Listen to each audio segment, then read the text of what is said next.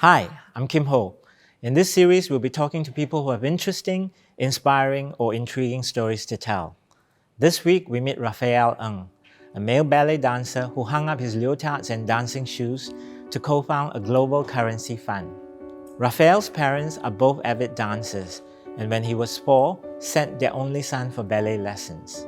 Over the next 2 decades, Raphael also took up Chinese dance and contemporary dance in addition to ballet.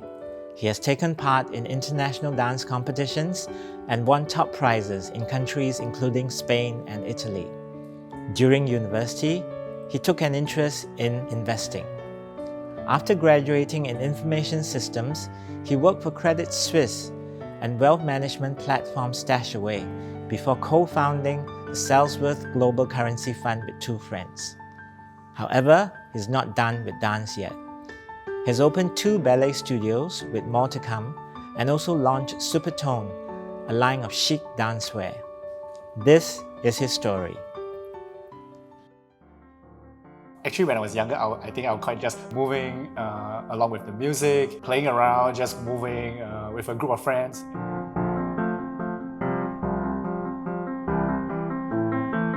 Yes, of course, in primary school, well, I guess it was a stereotype that ballet is only for girls.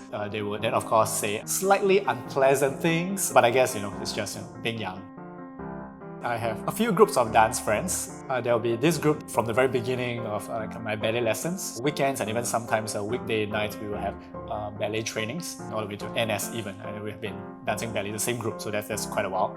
Along the way, for myself, I get a lot of chance to perform on stage, and I really like the feeling of performing, especially after rehearsing it very well with a group of friends.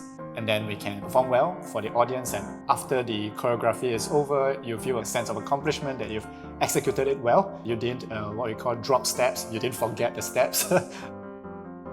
In terms of favorite moves or dance, a lot of my friends, they know that I really like jumps. When we go for overseas performances or dance competitions, we try to find a landmark behind and we try to do some a big jump and just take photos.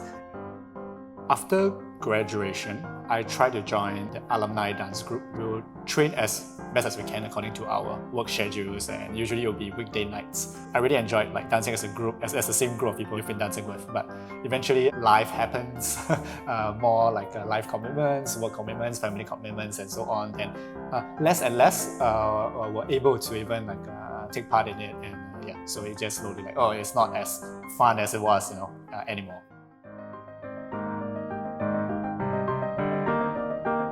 In around 2012, 2013, I was quite lucky. I got some scholarship money from SMU. I knew that I wanted to make my money work harder for me to grow my little pot of gold. Because I studied information systems management in SMU, automating manual processes, it's something I can easily accept very well.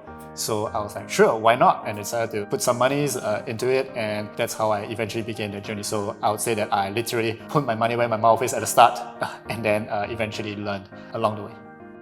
When you speak with, for example, investors and whatnot, it's really more on their schedule. Sometimes they could be more available on weekends, sometimes they're more available after work. You need to really be very disciplined in your time management as well. I realized that I seem to be in this niche area, even whether or not in dance, being as the only guy in the whole ballet school previously. In that same sense, whatever we're doing now in terms of fund, we are one of the only, if not the only, currency trading fund in Singapore. So in that sense, the whole idea of being different, standing out from the crowd, and having to do well in this very niche area that you're in applies equally.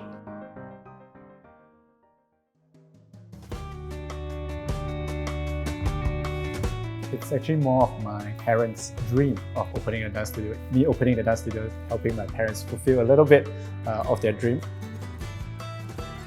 No, I've never thought of myself teaching. I'd rather be on stage, dancing than teaching. I never really thought of myself as the teaching type.